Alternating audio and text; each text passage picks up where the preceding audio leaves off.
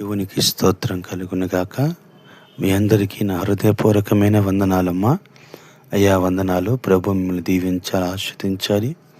మీ కొరకు ఉపవాసం ఉండి మేము ప్రార్థన చేస్తున్నాం. కామెంట్లు ఉంటే ఏమైనా కామెంట్ చేయండి ప్లీజ్. వాక్య భాగంలోకి ఈరోజు 24వ తారీఖు మరొక అవకాశాన్ని ప్రభు మనకి అనుగ్రహించాడు. ఆయనకి ఎంతగానో మనం కృతజ్ఞతా స్తోత్రాలు తెలియజేసుకుందాం.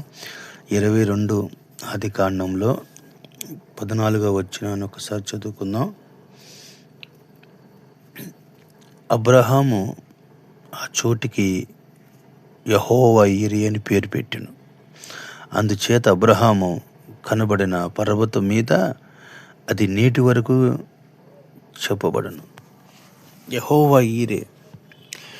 ఎందుకు అబ్రహాము ఆ మాట తెలియజేశాడంటే, యెహోవా ఆయన చూచుకొనును అంటున్నాడు. అంటే ఆ స్థలంలోకి వెళ్ళినప్పుడు అక్కడ ఒక గొర్రె పిల్లని ఆయన బలిగా అర్పించాడు. అంటే అక్కడ అర్పించాల్సింది తన కుమారుడని, కానీ దేవుడు గొర్రె పిల్లని అక్కడ ఉంచాడు. ఎప్పుడు ఏది ఉంచాలో, ఎప్పుడు ఏది తెంచాలో, ఎప్పుడు ఏది పెట్టాలో, ఎప్పుడు ఏది సమకూర్చాలో, ఎప్పుడు ఏది ఎలాగ ప్రవర్తించాలో దేవుడికి తెలుసు. ఎవరికి ఏది అవసరమో, ఎవరికి ఏది కావాలో అది దేవుడికి తెలుసు. నీవు నేను టెన్షన్ పడినంత మాత్రాన, ఆలోచించినంత మాత్రాన, కలవరపడినంత మాత్రాన ప్రయోజనం లేదు. ఇప్పుడు తన కుమారుడు బలి అవుతాడని అనుకున్నాడు, కానీ దేవుడు తన కుమారుడిని బలి కోరుకోలేదండి. ఈరోజు నీ ఆధ్యాత్మికమైన జీవితంలో, నీ పిల్లల విషయంలో, నీ కుటుంబం విషయంలో ఏదో ఒక కొరత, ఏదో ఒక కొదువు వచ్చింది నువ్వు అనుకుంటున్నావు, కానీ దేవుడు వారికి కొరత లేని ఆత్మని అనుగ్రహించబోతున్నాడు. దేవుడు కొరత లేని అభిషేకాన్ని వారికి ఇవ్వబోతున్నాడు. మరి కుటుంబంలో ఉన్న అవసరతలన్నీ ఆయన తీర్చబోతున్నాడు. ఎందుకంటే ఆయన యెహోవా ఈరేగా ఉన్నాడు.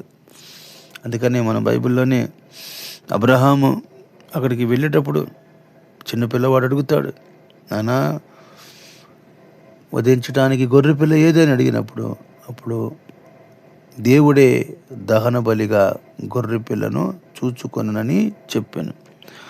అక్కడ దహన బలికి దేవుడే గొర్రె పిల్లను చూసుకుంటాడని అబ్రహాం అన్నాడు. ఎందుకంటే దేవుడి మీద పూర్తిగా ఆధారపడిన వ్యక్తి, దేవుడి మీద పూర్తిగా ఆనుకున్న వ్యక్తి. నీవు కూడా దేవుడి మీద ఆధారపడు, దేవుడి మీద ఆనుకో. నీ జీవితంలో అద్భుతాలను చూస్తావు. ఆయనకి నువ్వు సమర్పించుకోవాలి నీ జీవితాన్ని. ఖచ్చితంగా దేవుడు అప్పుడు నీ బిడ్డలను ఆశీర్వదిస్తాడు.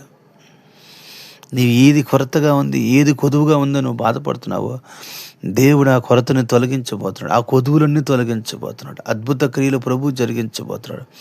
ఆయన పేరు నజరేయుడైన యేసు. ఈ ఉదయం నీ జీవితంలో కూడా యెహోవా ఈరేగా ఉండి ఆయన నీకు మేలు చేయబోతున్నాడు.